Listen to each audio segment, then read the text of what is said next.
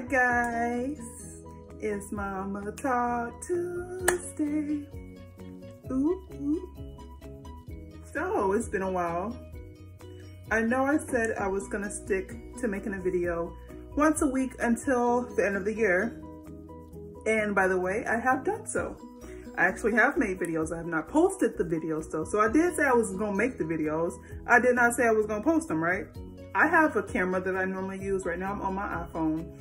I normally use a camera and I would then transfer the videos to edit my videos onto my phone.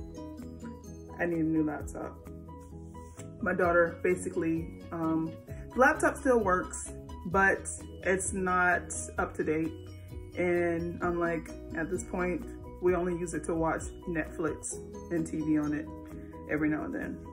So I've been having technical difficulties, so I could not post videos onto YouTube, but if you follow me on Snapchat, Instagram, I'm always talking about something. So my name on there is Terriairrel on Snapchat, and I think it's Terriairrel18 on Instagram. It might be the other way around. Somehow you will find me on there. I will post it down below in the description. But anyways, today's topic, let's go ahead and get into it. I want to know about the generational curses that you guys are basically cutting off. For me, it is as a woman who have children, because this is Mama Talk Tuesday with Mama T. So it normally is based off mama discussions. And my whole thing is, as a mom with a black son, black daughter, I have the habit of yelling a lot.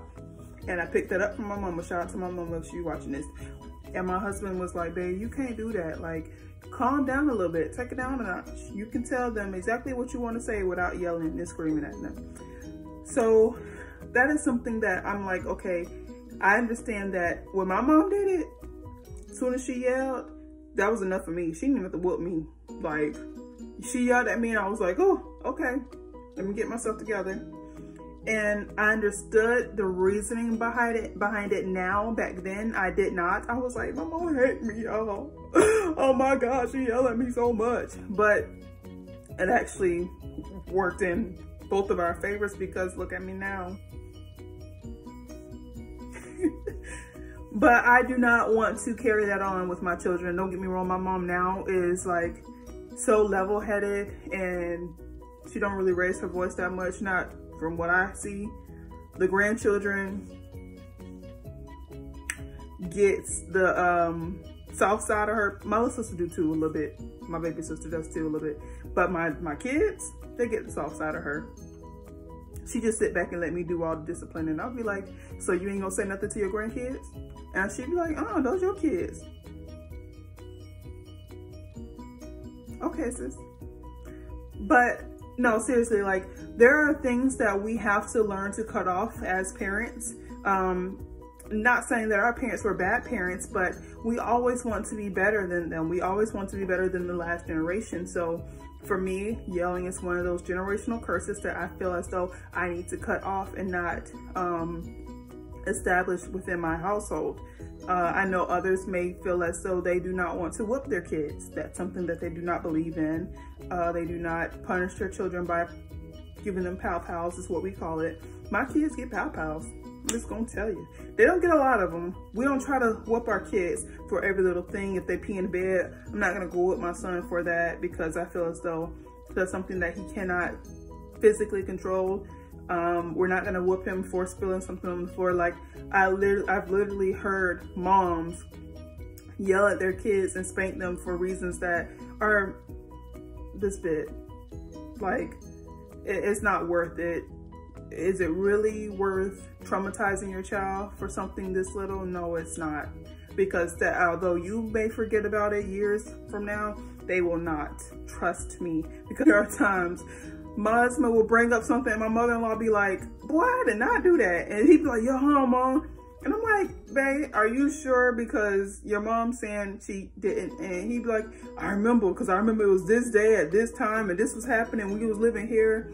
And although, like I said, I feel as though our parents were great parents, there are things that we have to figure out that what we want to take from what they have done and turn it into a positive. So that our kids could be like, okay, I was disciplined, but this is how my parents disciplined me, so that they can take that on with their children that they may have in the future. So I want to know, like, tell me, y'all, what are those things that you have picked up from your parents, or things that you are saying that, you know what, I'm not going to do that? Because there are some things that are very traumatizing, very. We have those parents that belittle their kids. They talk down to them. They were abusive, and not just physically, but verbally. Like, that type of stuff, it can carry on. And if you don't cut it off now, it'll continue to grow and be a big fat monster.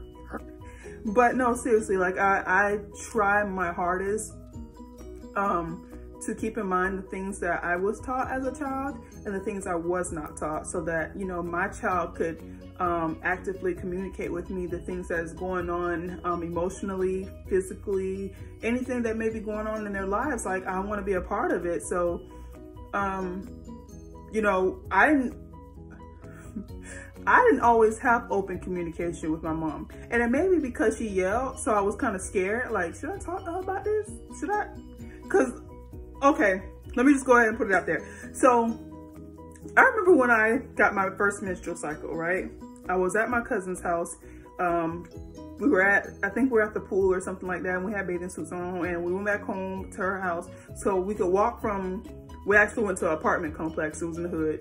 We would walk from the apartment complex back to her house where she lived to go change clothes or whatever. So as I'm taking a shower, getting out the shower, I'm using the bathroom. Actually, I don't remember how it happened, but anyway, I was at her house when it happened. And instead of me calling my mom, I don't know why I was so scared. I wasn't doing anything sexually active or anything. I was only in the 5th grade. But I was like, I'm scared. Like, this ain't normal. And they talked to us about that at school or whatever. But I was just like, okay, I'm gonna call my grandma. Because my grandma has always been that person to get me out of trouble. So I'm like, okay, I'm just gonna call my grandma. So, innocent me, I'll never forget, I took some toilet paper, and I know this is like so disgusting, and bougie girls be like, ugh, I would never. Well, I did, because I didn't know no better. Took some toilet paper, wrapped it up in my underwear, and I was like, Grandma, can you please come get me? I'm bleeding. And my grandma did, and she explained to me what was going on. And then she was like, you know, you gotta tell your mama. And I'm like, I don't want to, she gonna want me. My grandma like, girl, this is natural. She's not gonna whoop you for something that you can't control. And so once, you know, I told her whatever, she told me the proper way of putting on, you know, menstrual pads and all that or whatever. And it was okay, but just in that moment, I was like, I'm afraid to tell my mom something like that. So I didn't have open communication with her as I would have wanted to. So, those type of things, like, I want to be able to develop that with my kids. And I constantly tell my son, like, baby, you could tell mommy anything. I always make sure he understands that any type of situation, whatever it may be, he can talk to mommy and daddy about it at all times. I don't care if you feel like you're going to get in trouble or not. You can talk to us. That's what we're here for. That's why we're parents. And that's why we're working on ourselves. And that's why we communicate with amongst each other, so that our kids can see that positive behavior. Like, okay, if my parents can have an open communication even around us, because that's something I don't know about any other race or any other culture, but in the Black culture, you don't sit and listen to grown folks conversation. You'll be quick to be like, get out of grown folks conversation, get out of my mouth.